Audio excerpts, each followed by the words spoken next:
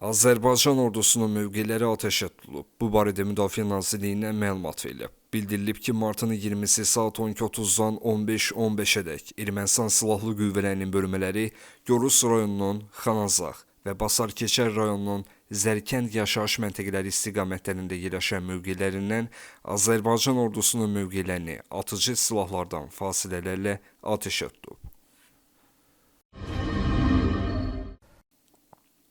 İsrail Baş naziri Benyamin Netanyahu İran xalqını Novruz bayramı münasibəti ilə təbrik edib. Netanyahu təbrik mesajını video müraciətlə çatdırıb. Mən İran xalqına xoşbəxt Novruz arzulamaq istəyirəm. Sizə sağlamlıq, xoşbəxtlik, rifah və hər şeydən əvvəl azadlıq diləyirəm. Qoy bu il realın həqiqi dəyər qazandığı, sizə həqiqətən xeyir arzulayanlarla, o cümlədən mənim ölkəm İsraillə dostluq ili olsun. Qoy bu il zülmdən azad olmaq, ehtiyacdan azad olmaq, yaşamaq və seçim etmək azadlıq ili olsun.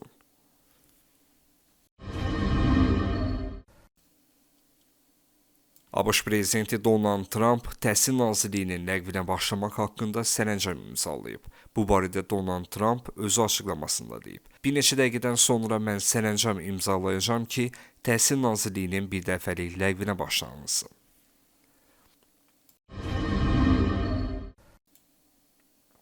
Rusiya ordusu Ukraynanın Odessa şəhərinə PUA zərbələri endirib. Bu barədə Ukrayna Telegram kanalları məlumat yayıb. Məlumata görə, zərbələrin nəticəsində şəhərdə güclü partlayışlar baş verib. Şahidlər artıq 15 partlayış səsinin eşidildiyini qeyd edib.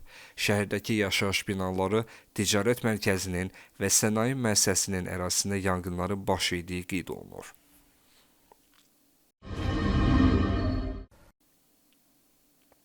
Şimali Koreya yeni zenit raketi modelini sınaqdan keçirib. Bu barədə Koreyanın səsi məlumat yayıb.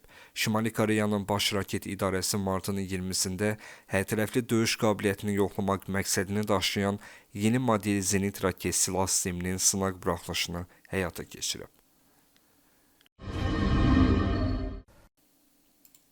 Rusiya Ermənistan-Azərbaycan sərhədində gərginliyin artması ilə bağlı xəbərlərdən narahatdır. Bu sözləri Rusiya Xarici İşlər Nazirliyinin rəsmi nümayəndəsi Mariya Zakharova ötən gün keçirdiyi brifinqdə deyib. Azərbaycan və Ermənistan arasında sülh sazişi layihəsinin başa çatması ilə bağlı xəbərlər fonunda təəssüf ki, son günlər sərhəddə gərginlik barədə xəbərlər tez-tez yayılır. Bu bizi narahat etməyə bilməz. Rusiya tərəfi öz tərəfdaşlarının təmkinli olmağa və vəziyyəti gərginləşdirə biləcək hərəkətlərdən çəkinməyə çağırır.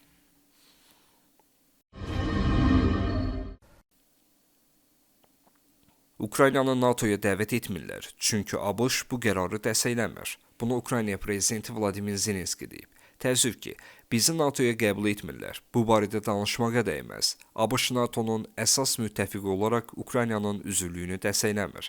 Hazırda vəziyyət belədir.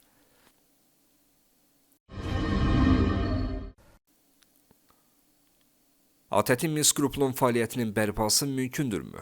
Xeyr, bu sözləri Rusiya Xarici İşlər Nazirliyinin rəsmi nümayəndəsi Mariya Zakharova deyib. Mən sizə bu məsələnin tarixçəsini xatırladım və bu arada Rusiya və ABŞ arasında əlaqələrin aktivləşməsi və ya bərpası ilə ATƏT-in Minsk qrupu mövzusu arasında heç bir əlaqə görmürəm. Bizim Minsk qrupu ilə bağlı mövqeyimiz dəyişməz olaraq qalır. Bildiyiniz kimi, məhz Minsk qrupunun Amerikalı və Fransalı həmsədrləri oradakı fəaliyyətlərini sadəcə dayandırdılar. Onlar 2022-ci ilin fevralında Rusiyalı həmkarları ilə əməkdaşlığı dayandırdılar. Həmçinin Ermənistan Qarabağı Azərbaycanın ayrılmaz hissəsi kimi tanındı.